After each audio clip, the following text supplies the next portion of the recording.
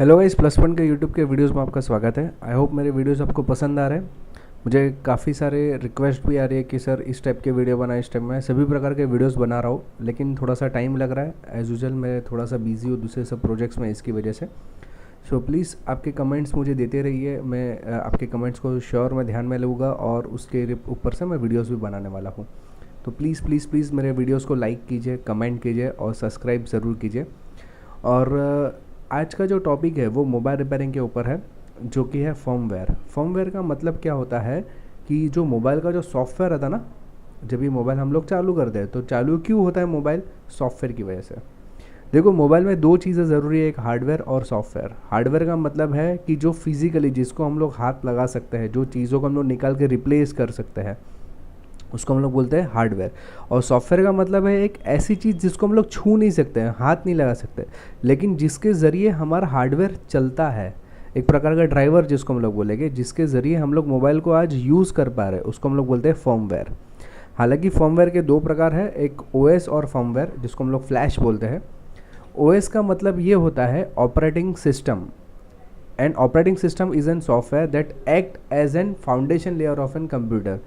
यानी मान लो कि एक कंप्यूटर है, कंप्यूटर के ऊपर यानी कंप्यूटर के अंदर कुछ हार्डवेयर के कंपोनेंट के ऊपर एक सॉफ्टवेयर डाल देंगे जो कि कंप्यूटर को चलाने का काम करेगा, उसको हम लोग बोलते हैं ऑपरेटिंग सिस्टम।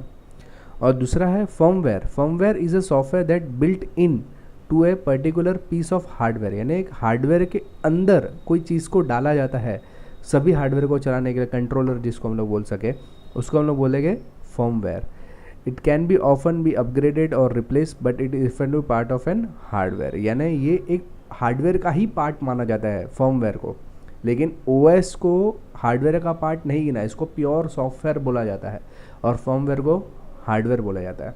इसका एग्जांपल मैं अगर आपको समझाऊँ तो जो कंप्यूटर रहता है ना, हमारे कंप्यूटर में देखो आप विंडोज़ डालते हो, राइट? तो मान लो कि एक सीडी से आप विंडोज़ इसमें डाल दिया, उसी सीडी का आप विंडोज़ यहाँ पे भी डलवा सकते हो, उसी सीडी से आप विंडोज़ यहाँ पे भी डलवा सकते हो, राइट? मतलब एक ही सीडी से सब में आपने डाला। चाहे ये हमारा जो i3 का है, ये समझो मेरा कोटो ड्यूल का है, ये मेरा i5 का है, इससे कुछ फ़र्क नहीं पड़ता, विंडोज़ तो सब में कॉमन ही आया, राइट?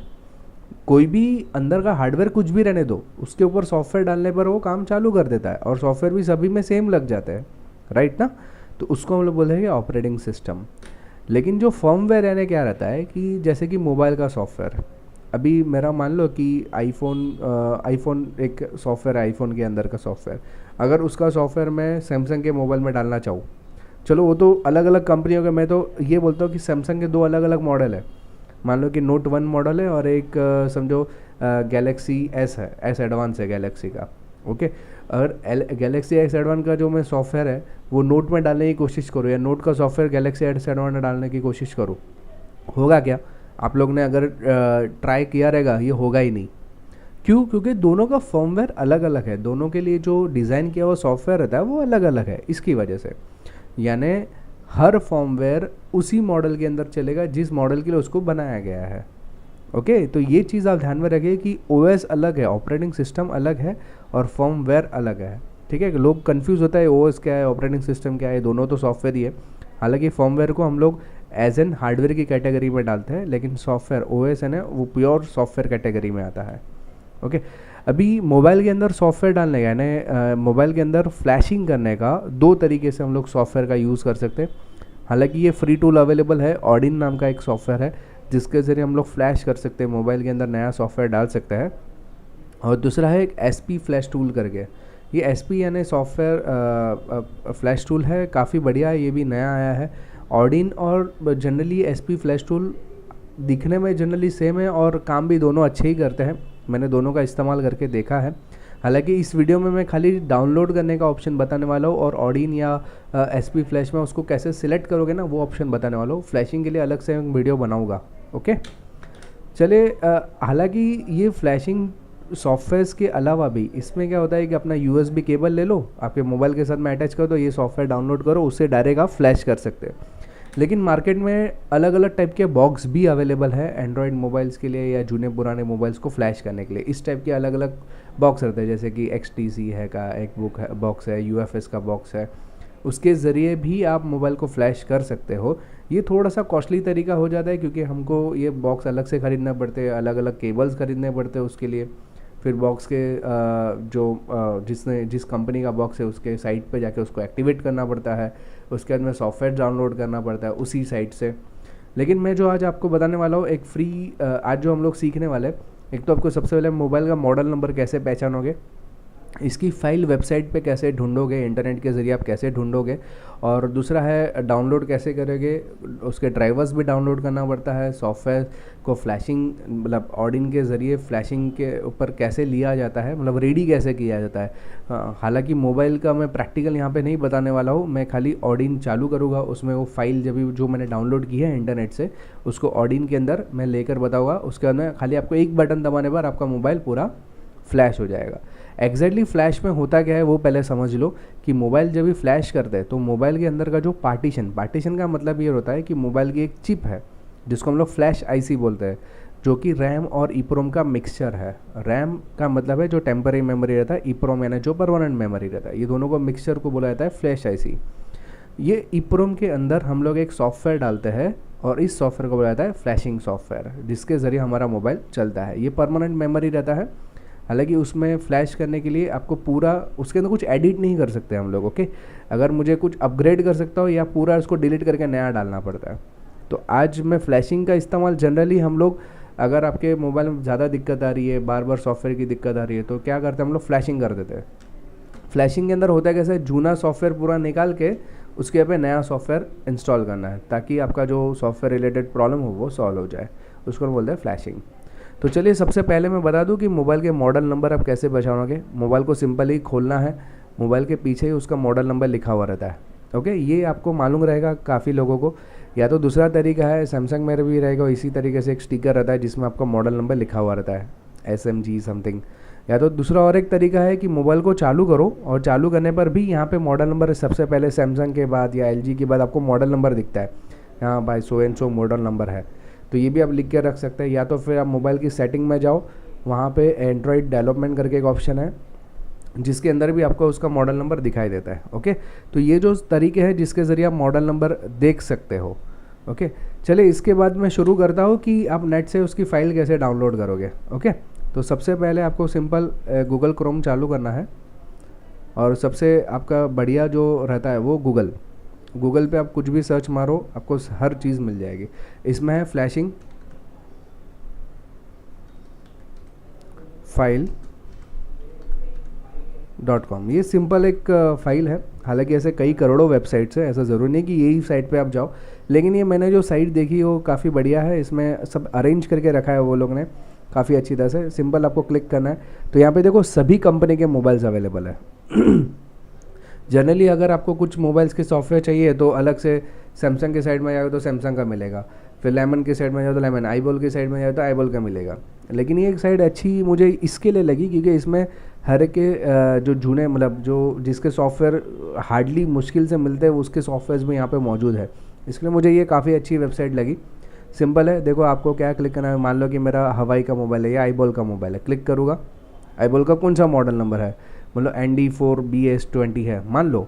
अभी फ़िलहाल मेरे पास नहीं है, लेकिन मैं मान लो कि मेरे पास ये मोबाइल नंबर है, क्लिक करता हूँ। मोबाइल नंबर नहीं, सॉरी मॉडल नंबर है। ओके, मोबाइल का यहाँ पे आप देखो, यहाँ पे हाउ टू फ्लैश का प्रोसीजर भी लिखा हुआ रहता है। Flash and extract the stock firmware on your computer, यानी देखो ये जो है ना उसका फर्मवेयर है, ये दोनों अलग अलग फर्मवेयर है। यहाँ पे देखोगे ना आप 354.zip और ये 4014। हालांकि ये जो लेटेस्ट वाला फर्मवेयर रहता है, दोनों फर्मवेयर में से जो भी आप ये जो आपको वर्जन 3.0 है ये लेटेस्ट वाला फर्मवेयर है, तो आप इसको डाउनलोड कर दीजिए तो ये काफ़ी अच्छा बढ़िया तरीके से चलेगा। After extracting your find the firmware drivers instruction manual, यानी इसके अंदर ही आपके ड्राइवर्स इंस्ट्रक्शन मैनुअल्स वगैरह रहते हैं। इंस्टॉल द USB ड्राइवर्स, यानी इसके USB ड्राइवर्स ऑफकोर्स जब भी आप मोबाइल फ़ोन आपके PC में लगाते हो, हालांकि हमारा कंप्यूटर अपने आप ही इंटरनेट अगर चालू रहेगा आपके कंप्यूटर में तो अपने आप ही उसके ड्राइवर्स ढूंढ लेता है। तो ये आपको पहला ज़रूरी है, स्किप मत करना, आप इंस्टॉल कर दो उसका ड्राइवर। उसके बाद में follow the instruction of flash from smartphone. Okay, तो जैसे ही आप लगाओगे स्मार्टफोन में फ्लैशिंग के जो ऑप्शन रहते हैं उसके ज़रिए आप कर सकते हैं। तो चलिए मैं आपको खाली बता दूं कि फ्लैश फाइल कैसे डाउनलोड करती है। देखो क्लिक करने का है, हालांकि ये फ्लैश फाइल बहुत बड़ी रहती है, ये गूगल ने स्कैन किया हुआ नहीं, उसमें वायरस हो सकता है ऐसा बता रहा है, तो ठीक है, उसमें कुछ परवाह वाली बात नहीं है, हम लोग डाउनलोड एनीवे करेंगे। जैसे ही डाउनलोड करना चालू करूँगा तो क्या यहाँ पे डाउनलोडिंग चालू होगा। हालांकि ये फ़ाइल बहुत बड़ी रहती है, तकरीबन इसकी साइज़ 1 GB तक भी हो सकती है। इसके लिए मैं क्या करूँगा, इस वीडियो को थोड़ी देर के लिए पॉज करता हूँ और एक बार डाउनलोड कंप्लीट होने के बाद मैं आपको आगे वापस चालू करूँगा। तो आप जैसे कि यहाँ पे देख रहे हैं कि यहाँ पे ये आईबॉल का अभी भी डाउनलोडिंग चालू है। 55 MB डाउनलोड हो चुका है 56 MB के तकरीबन।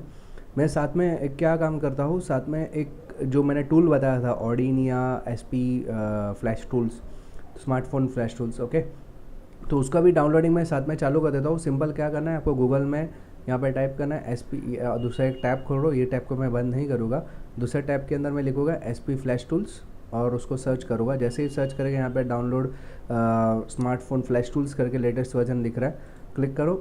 हालांकि इसमें ऑडिन मैं यूज़ नहीं करूँगा, बिकॉज ऑडिन जो है वो सैमसंग के लिए काफ़ी हद तक बढ़िया रहती है, लेकिन SP फ्लैश टूल्स बाकी सब मोबाइल जो रहते हैं जैसे कि आईबॉल के है, फ्लाई के है, तो ये सब मोबाइल के लिए ये काफ़ी बढ़िया सॉफ्टवेयर है और ये मैंने वापर के देखा है तो मुझे काफ़ी अच्छा लगा है उसको, ठीक है। तो आप इसको डाउनलोड कर दीजिए। इसका लेटेस्ट वर्जन आप देखेंगे नीचे की तरफ यहाँ पे अलग अलग वर्जन्स है, तो ट्राई कीजिए कि जूने मोबाइल्स के लिए थोड़ा जूना वर्जन ट्राई कीजिए, क्योंकि वो काफ़ी कंपेटेबल रहता है।